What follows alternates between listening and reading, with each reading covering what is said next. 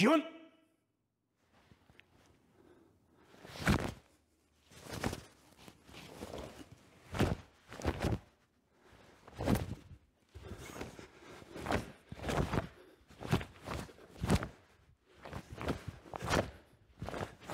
Hey!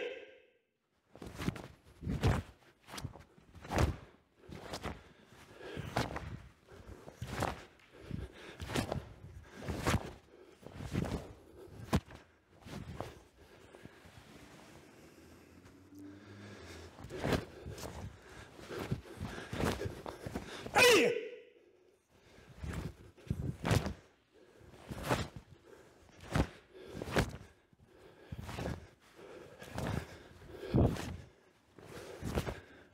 Hey!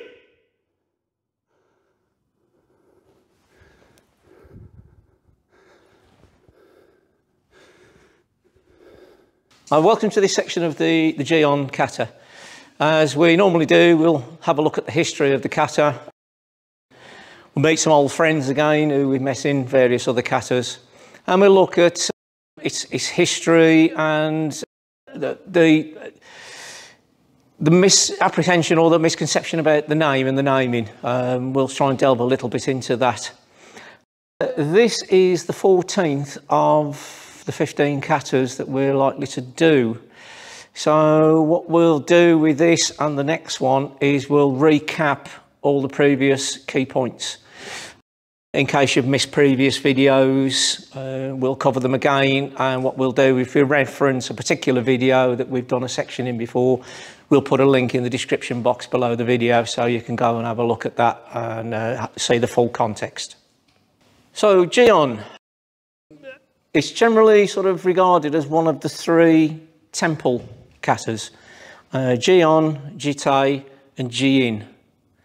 In Wado, Otsuka Sensei dropped Jiin, so there's only Jian and Jitai that's performed. They're referred to as the temple katas.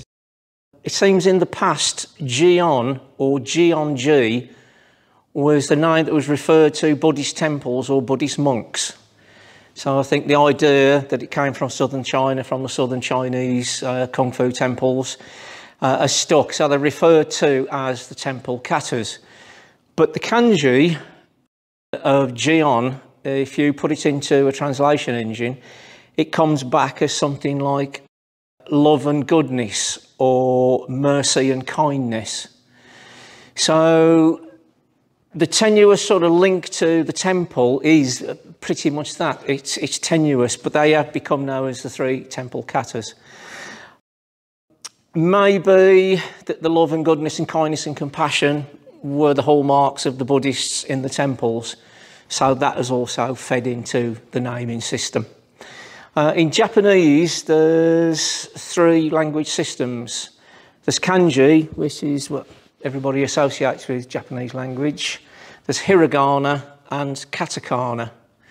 And during the research, it seems that in the early 20s, when karate was first coming to Japan, both Kenwa Mabuni, who created Chitaru, and Gichin Funakoshi, who created Shotokan, they wrote the name Jian in katakana. Now, katakana is generally used in Japanese for words that are borrowed from other languages. And it's phonetic. So it's a word that a Japanese person doesn't know because it's not from their language. It tells them how to pronounce it, but it doesn't explain what it is.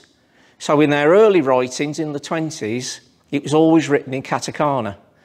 So they were basically saying the sound of the word. There was no interpretation associated with it. As we're going into the 1930s, their writings change and it now becomes kanji, and the kanji of love, mercy, compassion, that interpretation.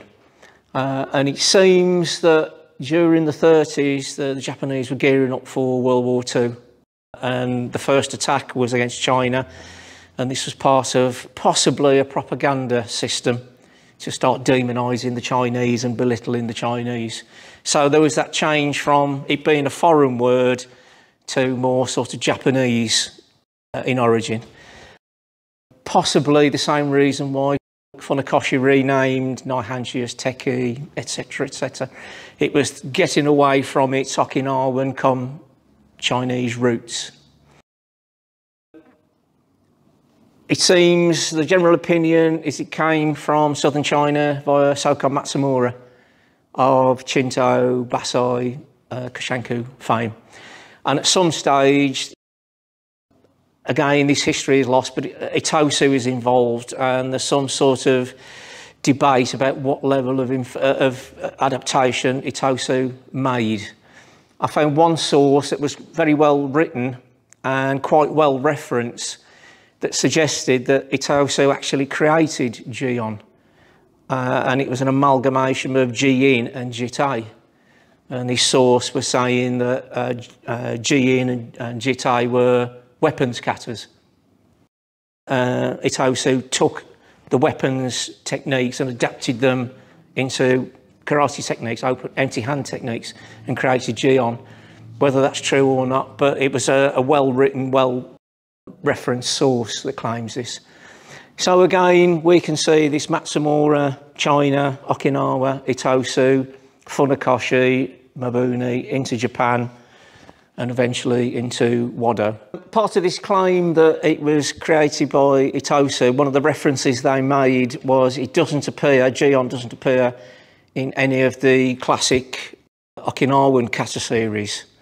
I tried to reference this and I couldn't find any reference in the Okinawan katas to Jitai or Jin anyway. So I can't sort of verify any of that is true. But again, it seems like all the katas we've covered previously, southern China, Okinawa, and into Japan. So, reviewing previous key points. Kenwa Mabuni, a big influence on Wado karate. Asuka, the first introduction to karate was with Gichin Funakoshi, who founded Shotokan. And Asuka Sensei was one of the first people to receive a black belt in karate from Funakoshi in around 1924. Eventually, they had a split, and it's always been sort of stated that it split because Asuka said you had to spar, whereas Funakoshi's belief was you learnt from kata and bunkai. And that's understandable. With jiu-jitsu, it's very hands-on grappling. You can't practice on your own, whereas with kata, you can sort of solo practice.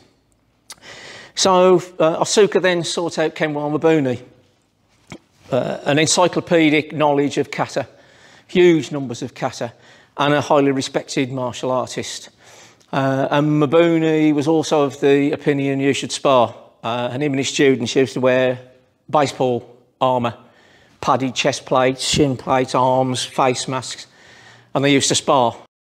And even with that, they used to spar so hard, they had to stop because they were hurting each other, even wearing the body armour. But you can see why Asuka was drawn to Mabuni. But Asuka also learned a lot of the katas in the Wado syllabus from Mabuni. So Mabuni has had a huge influence on Wado, and Mabuni's teachings have had a large influence on this section we do with the kata. So one of Mabuni's writings where he says people misunderstand the directions in katas. They assume if it does this, the attack is coming from the front and you respond from the front. But Mabuni's argument was it tells you the direction you need to be to deal with the attacker. So if we look at how Mabuni would have dealt with this, so if you step in, Mabuni's argument, as the punch comes in, we turn. We're not dealing with him head on, we're moving out the way, tai sabaki. Cover, strike, into the liver. Now this then sets up for the next portion of the kata, where we do this. Because from here, we can take hold of him, unbalance him, either kick him in that leg, he's a gary, step through, take him down, double punch, and out. So by applying Mabuni's ideas, it changes the kata completely. we're out of danger because we changed our direction, and it makes that section going at 45 degrees much easier. You can come in with knees, kicks, takedowns, all sorts of techniques. So something to think about. Block. Unusual, you have a double attack. But if you think of one hand or the other as being a strike rather than a double block, so if he steps in and punches Jodan, block, strike. Rather than think there was a Gambarai, we can strike. If he comes in with a Gidan attack, block, strike. So you can see, just thinking a little bit differently, rather than a double block, block strike, or block strike. Change your angle, makes things very different.